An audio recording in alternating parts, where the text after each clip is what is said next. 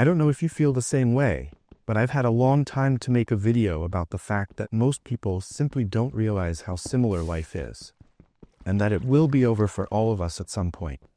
And as soon as I had formulated this idea a little more concretely and made a few key points about it, I received the news yesterday that Diogo Jota, the footballer for the Portuguese national team and Liverpool FC, died from one moment to the next at the young age of just 26, 27, 28.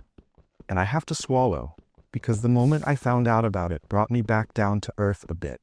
Like I think a super many people in the world, and not just in the world, but especially in soccer. It is of course a deep setback when such a young person leaves their young family, their newly formed marriage so early, and leaves this earth. Because we humans, we often live as if tomorrow is guaranteed, as if our lives were guaranteed in 10 years, as if there would definitely be a later, or next week or next month. But in many cases, that's not the case, and I definitely don't want to stir up fear or scare anyone now that it will soon be over for them. But it doesn't always have to be a stroke of fate like now. The sad and tragic death of a footballer, to realize that life is finite and that it can only take a moment for it to be over. As I said, it doesn't take a stroke of fate to realize that, but just a moment that you pause for a moment where you realize, okay, it's like this. It can change so quickly, and that can change a lot of things in you. In my opinion, everyone should ask themselves the question, am I really living the way I would like to later?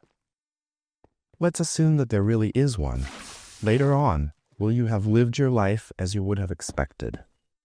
Or will you sit in your rocking chair at the age of 80 and ask yourself, what would have happened if you hadn't gone on vacation? Or what would have happened if I hadn't tried the business I'd always wanted to try? Or if, for example, I had approached the woman who smiled at me on the other side of the street. At best, you shouldn't have to ask yourself all these questions when you're sitting in a rocking chair in 50, 60, or 70 years' time. But you should have an answer to them. And the answer should be yes, I tried this and that worked. This and that may not have worked. And you should be aware of what you are taking your time for. What you are doing all day, and what you could perhaps do with your time in a more meaningful way, so that you don't have to ask yourself these questions in the future, but have an answer to them, as I just said. And many people don't understand that, and I didn't understand it for a long time either. But scrolling for hours on social media is definitely not what you'll remember in 20 years' time. When you look back on your life, or in 30, or like I said, in 40, 50, 60 minutes sitting on the rocking chair in the park, or wherever. When you look back on your life, and you should be aware that you should prevent as many moments as possible where you could have such retreats. So in German, it would mean that you want to have as few regrets as possible. Many of the things that you regret are super rarely the things that you did and then maybe went wrong. But it's much more likely to be the things that you don't do. The chances and situations that you missed, the opportunities that you didn't take advantage of, the women that you didn't approach, or the men that you perhaps didn't approach.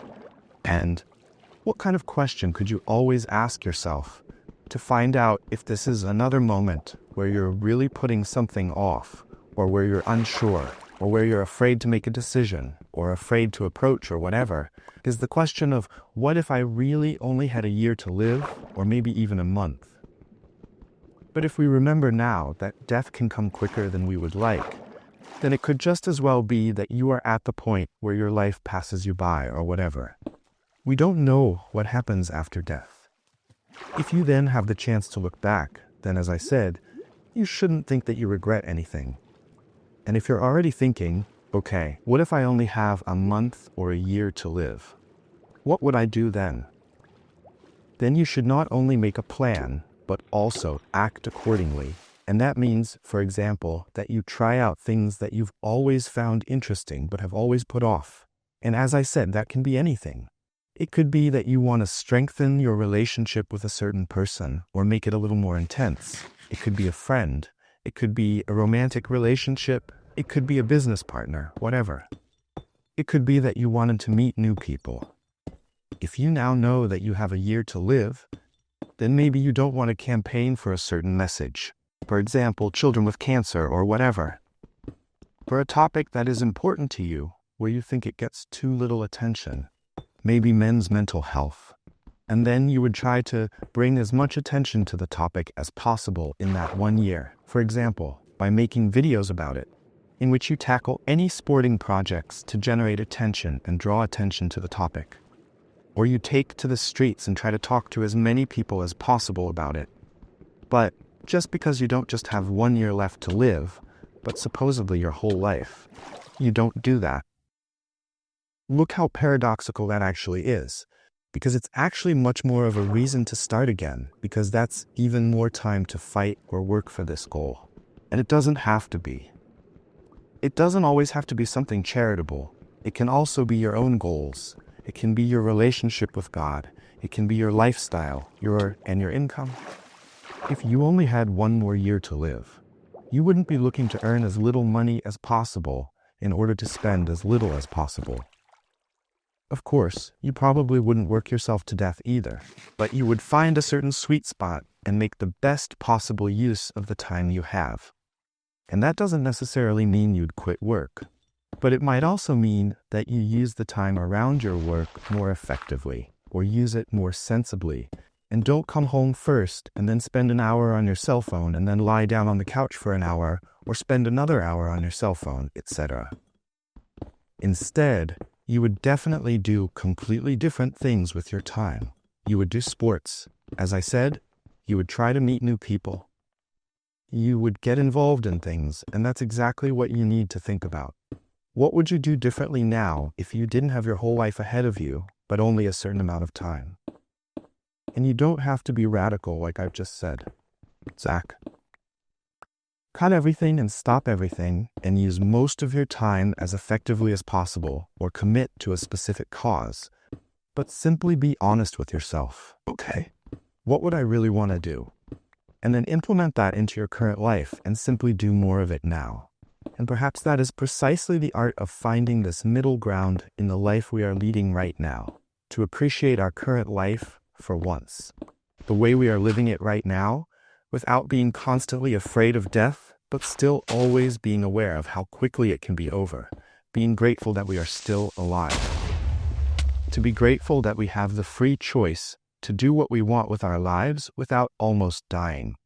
Just like I was surprised by the war in the game, because that's how unexpected and surprising it can really be. And as I said, I don't want to stir up fear, because you shouldn't live in fear, but you should live in awareness. Because unlike here in Minecraft, you won't be able to just get out of bed and run to the spot where you died. But then, life is over, and you have to be grateful for the opportunity to get up every day and live life. That's not a feeling that comes easily, or rather, the feeling comes sooner. When you hear about such strokes of fate, like Joko Doda, for example, and when they have this feeling that the stroke of fate is over, I don't know. In a week and a half, 2 weeks, hardly anyone talks about it again, and it's almost forgotten. And that feeling of gratitude is still there at times like that. But as I said, in a week and a half or 2 weeks, it's already gone again, because then hardly anyone talks about it anymore. But you should realize that this feeling of gratitude is something you should be aware of. As I said, it doesn't just happen, but either it comes because of strokes of fate, or because you really consciously say to yourself, I want to be grateful for this. I want to be grateful for this. And you can do this every day, and every day after getting up. For example, take a piece of paper and write down the 3 things you're grateful for.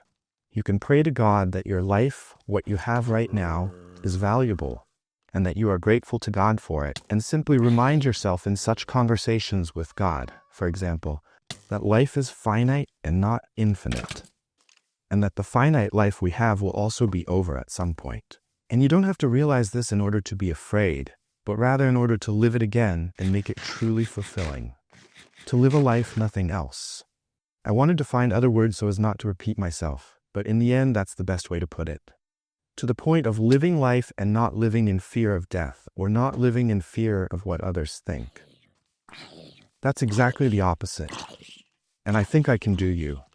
I'm definitely speaking for myself because I'm often afraid of other people's judgment. Not necessarily of the fact that my life is over, but of what others might say.